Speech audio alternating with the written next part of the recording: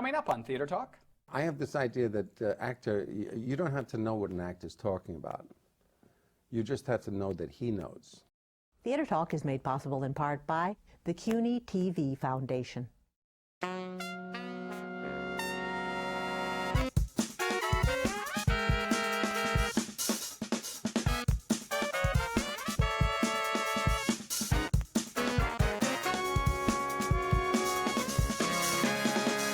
Well, what are you doing being friends with a bunch of no-good scum in the first place for? Oh, they ain't my friends. What are they then? Had some business with them. What kind of business? You know, some of that none of your business.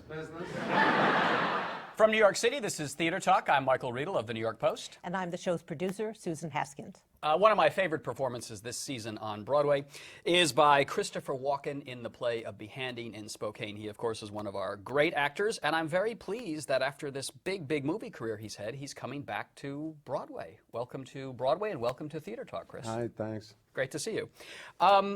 I read in a terrific profile of you written by me in the New York Post that as much as you love doing serious theater, dramatic plays, you love musicals. And you said to me in the piece that you would love to do a musical version of that great old Vincent Price movie, Theater of Blood.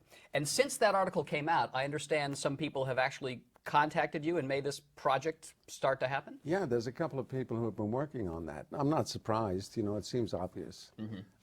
I don't know whether I'd want to do it, but I think it's a very good idea for a musical. The movie's a lot of fun. There's too many murders. Yeah. For people who haven't seen the movie, what's it about? It's about an actor who had a big career as a Shakespearean actor, but he always got terrible reviews. And he keeps them in this big book. It's kind of masochistic thing. He'll open the book and read this review that says that he should never set foot on the stage again. And he has this bunch of acolytes who sit around, and he decides to kill all the people who said these things about him. To kill all the London drama critics. Yeah, and according to Shakespeare. Yeah. So Robert Morley is one. He's got these poodles. So he does, it's my favorite one, really. It's the Titus Andronicus one, where he gets Robert Morley's poodles and he bakes them in a big pie, and then Robert Morley eats them. It's perfect for a musical. And now, the part, it would be perfect for you. I mean, it's this larger-than-life Shakespearean actor, and you love musicals. I can't imagine anyone else doing it. And if you know, with a musical, the music is so important. Right. And you know, if somebody says to me, "Let's go see a show," I always say, you know, let's see a musical. Why? I love musicals. And you yourself started in I started in them, yeah. and I spent a lot of time doing them. You were kind of a chorus boy. I was a chorus boy, and then I toured stuff like West Side Story and for a long time. But I love musicals. Now, when this article appeared and producers have come to you, did they say, we're actually working on this show, we have a score? They're having some sort of invited me to hear some of the songs. Really? Yeah. Who's doing it, do you know? There are two different people working on it. I don't know if they know about each other, but I do now. So you get to pick which score Yes, you I'll like play better? them off against each other. Excellent. In Behanding in Spokane, which is at the Jerry Schoenfeld Theater, correct? Yes.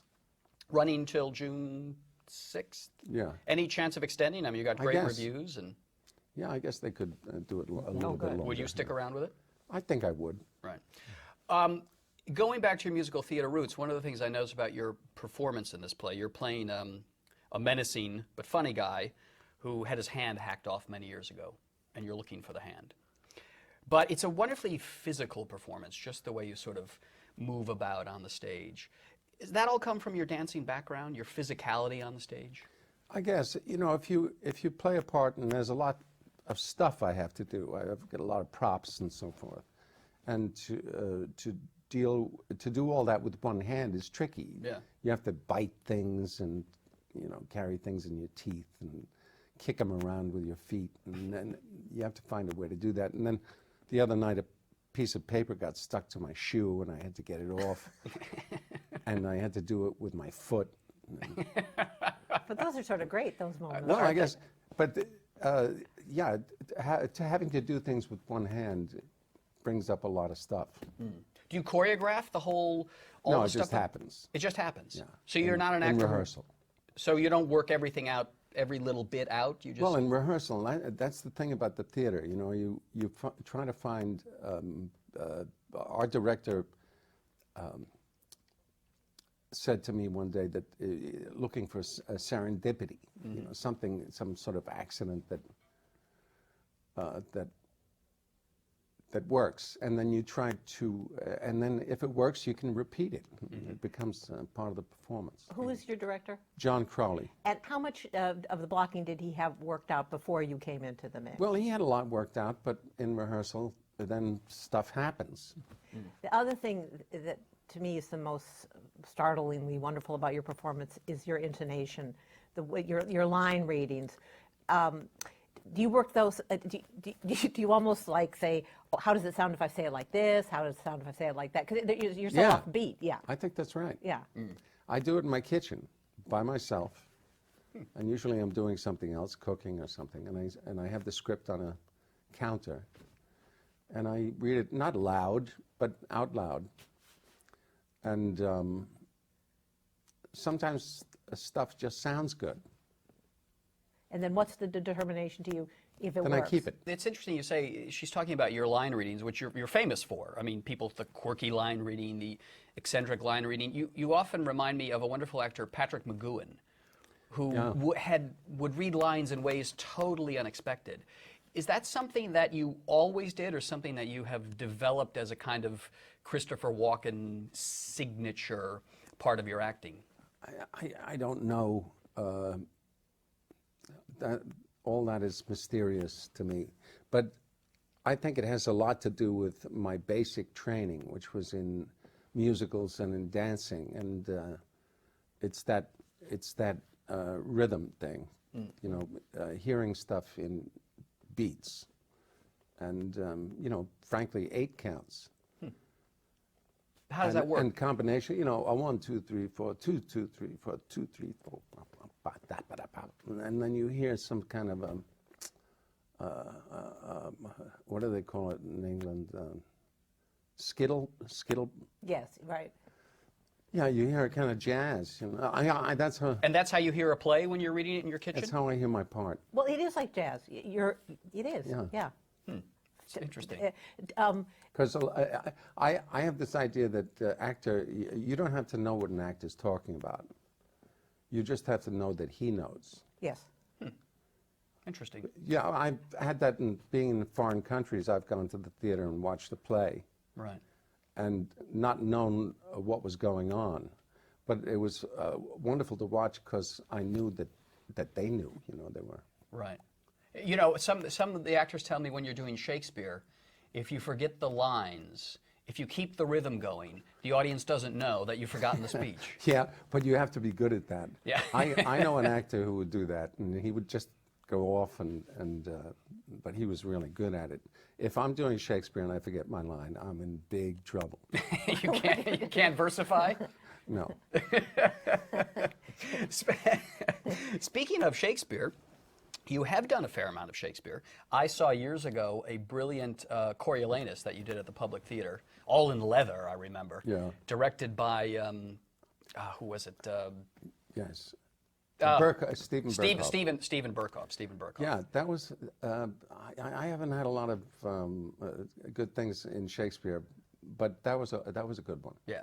Why is that when you say you haven't had a lot of good things in Shakespeare? Is it something that you don't feel comfortable doing? I think it's hard for American actors, period. There are some American actors who do it great, you know, Kevin Kline and Stacy Keach and Frank Langella. But for most of us, I think it's pretty tough. It has to do with, I don't know. Do you enjoy it, Shakespeare? I like it, and it's been very valuable to me in certain ways. I've played things and not been successful at all, but having to do that is it's a very valuable training. It's when one reads interviews with you, did you not say that, I mean, you take many things you're offered. You're known for working constantly and taking everything. And you said that even the bad things you learn from them. Oh, sure. And I've done a lot of Shakespeare and not been good most of the time. but doing it, you know, I played Hamlet 3 times, and I never was much good. Romeo twice, Yeah, not yeah. really much good. I was Richard II, and Yes. that was really awful. We talked about that. See, I would think you'd be terrific. I in would that. think No, you would yeah. be perfect for as a young Hamlet. You would have been dashing and good-looking, and Yeah, those, you know. But Richard II, I'm sick of Hamlet, but Richard II, I would think you'd be great. No. No, okay. did, Hey, so- did you know? Did you know when you were doing these Shakespeares that they weren't good?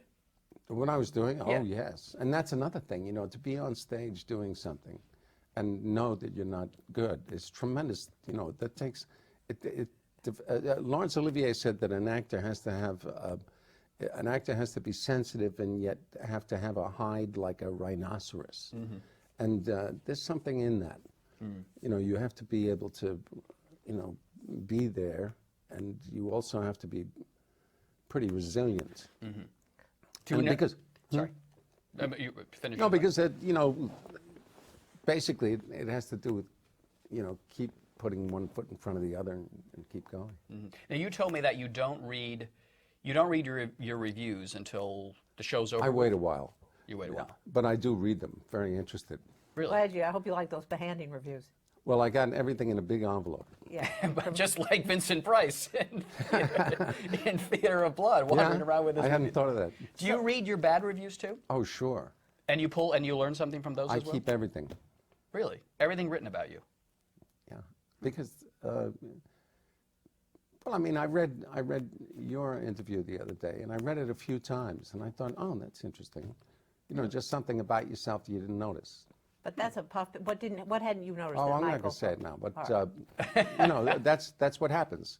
You see some little thing, and you notice something about yourself. I'd like to ask you about your childhood. You said you had the hide of a rhinoceros, and we know No, you no, I don't. You have to try. try, and you have great sensitivity and an incredible work ethic. Where did you get that? Don't know. Don't know. Well, I mean, no. So I mean, because I read your father ran a bakery, was really. My hard father working. worked very hard.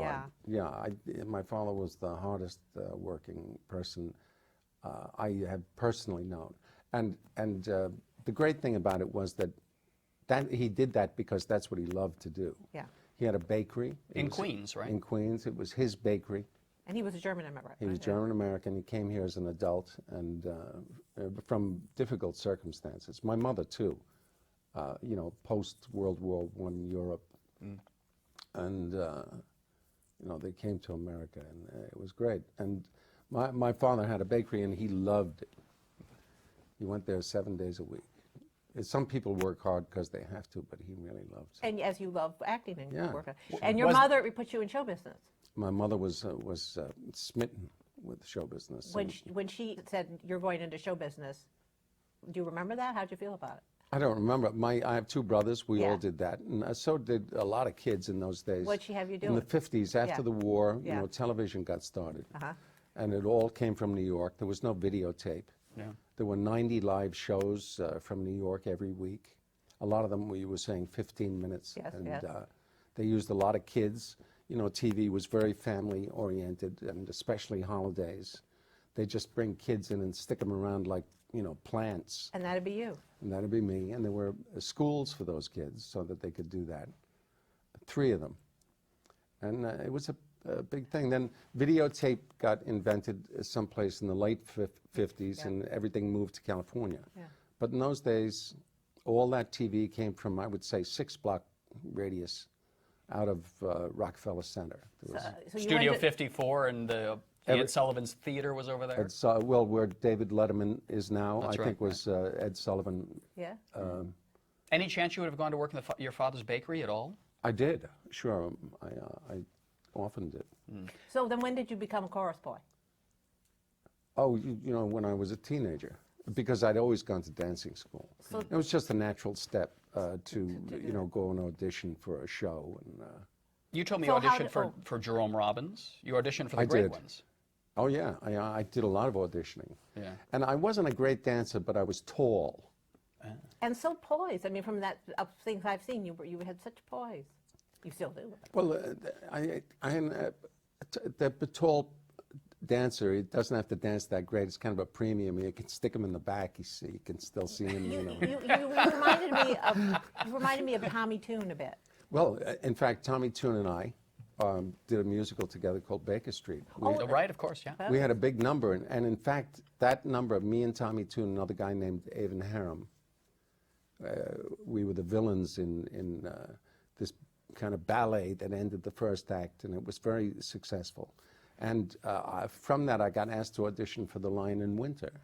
So I think that's really where my acting career came from. Because I was wondering how you went from being a chorus boy to winning an Academy Award for The Deer Hunter within a very short period of time. I was in Baker Street. I got asked to audition for The Lion in Winter, which was originally done on Broadway with Robert Preston, Rosemary Harris.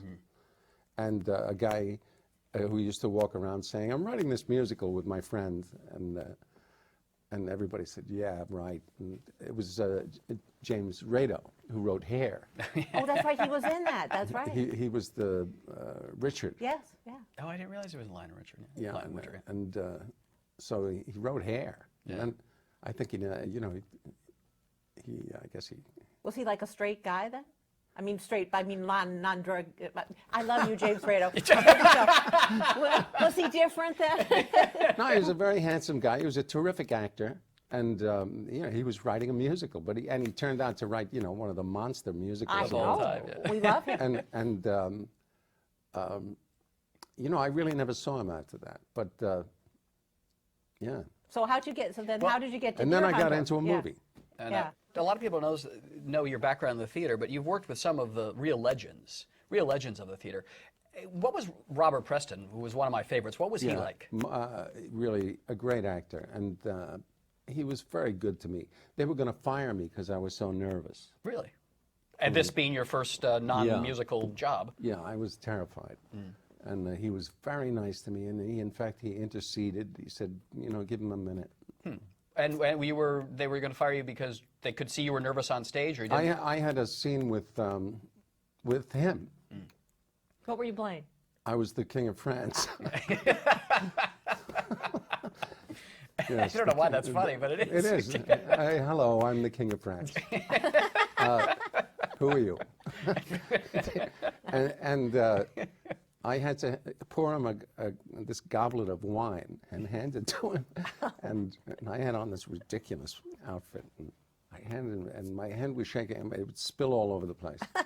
And they said, you're a nice guy, but we're going to have to, get somebody else. And he said, give him a chance. And he was very nice to me. Did he give you any advice about calming the nerves? He said, yes. He said, don't stand there repeating your lines all day long. He said, you know your lines. He said, just go out and do it. I used to just stand there constantly mumbling my lines. And then when I'd walk on, of course, I'd forget them.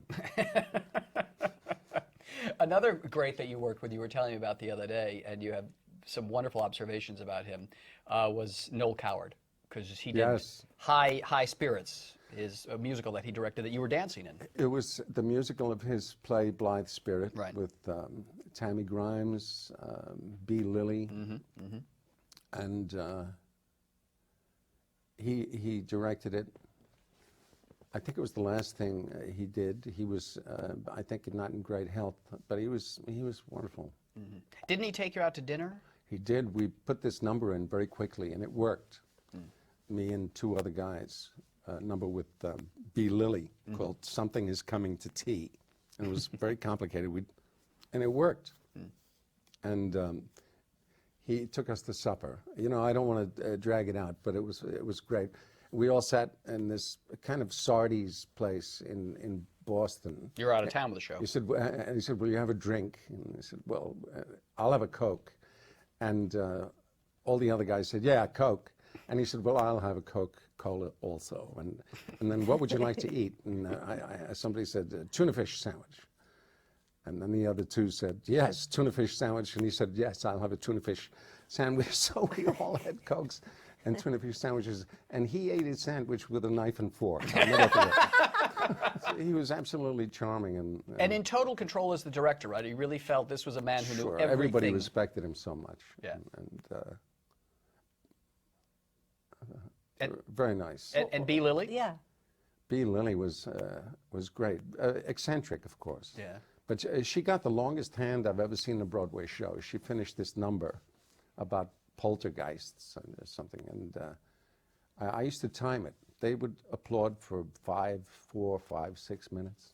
That's really something. And I was being a big dancer. Her entrance was on a bicycle. That's right. It's Madame Arcadi, right? As Madame Arcadi, and she'd fly on stage on this bicycle, but somebody had to push her. Right. And I was the guy, and I did that every night for, I don't know, 5 or 6 months. And one night she turned to me and she said, "Oh, you must be the new boy." There. That's wonderful. We only have a few minutes left, but going back to Behanding, now that you're an iconic actor, are you an actor who, are you a method actor? When you're preparing this menacing figure in Behanding, do you go deep, deep down into the character? Is that the kind of actor you are? No. No.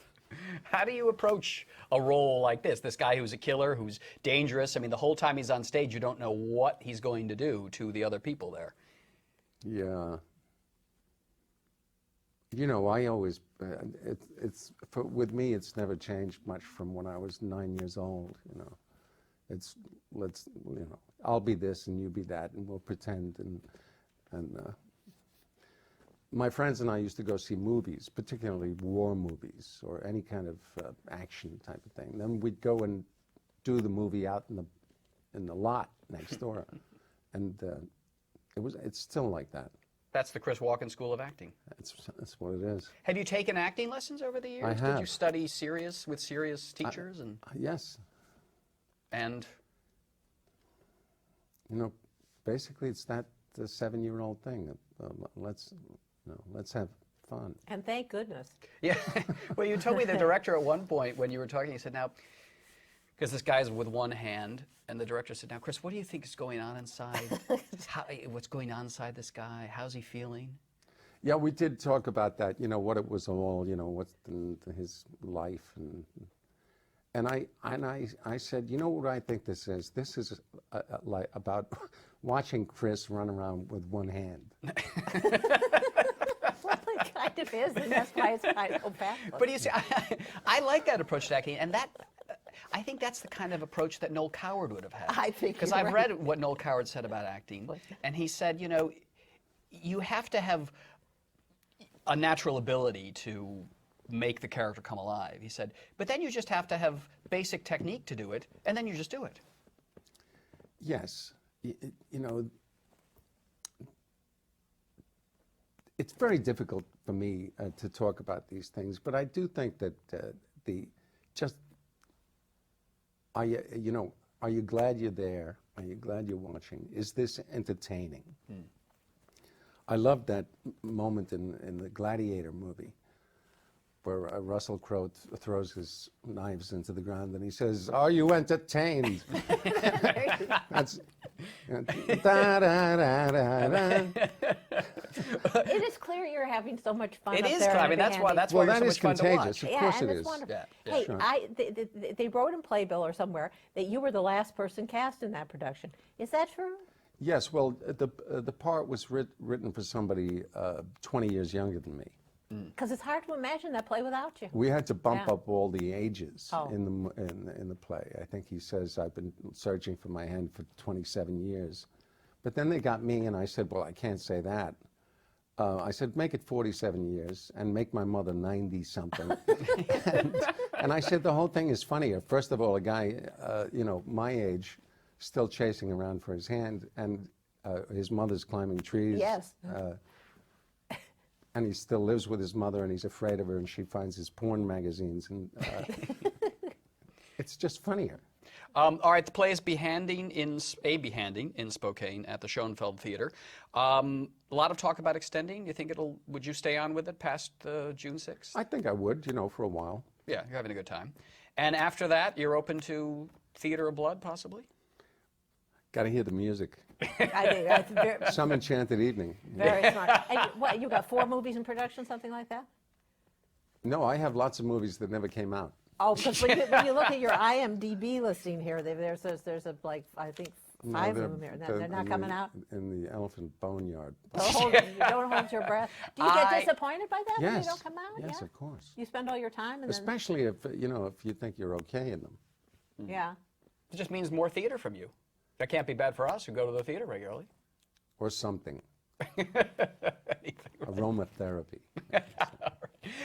Don't miss Chris Walken in Behanding in Spokane at the Schoenfeld Theater. Terrific actor, great storyteller, and delightful guy. Thank you for being our guest tonight on the Thanks. Theater Talk. Ma, what took you so long? Pick up the phone, Ma. I've been standing here a fucking hour. A tree. Which tree? No, he didn't tell me. You fell out of a tree. You must have forgotten that. Of course I don't have any black friends. What the hell are you talking about? What the hell are you climbing up a tree for in the first place at your age? That's what I said, isn't it? Our thanks to the Friends of Theater Talk for their significant contribution to this production. Theater Talk is made possible in part by the Frederick Lowe Foundation, the Eleanor Naylor Dana Charitable Trust, the Alan S. Gordon Foundation, the Corey and Bob Donnelly Charitable Fund, Carrie J. Fries, the Dorothy Strelson Foundation, the New York City Department of Cultural Affairs, and the New York State Council on the Arts, a state agency.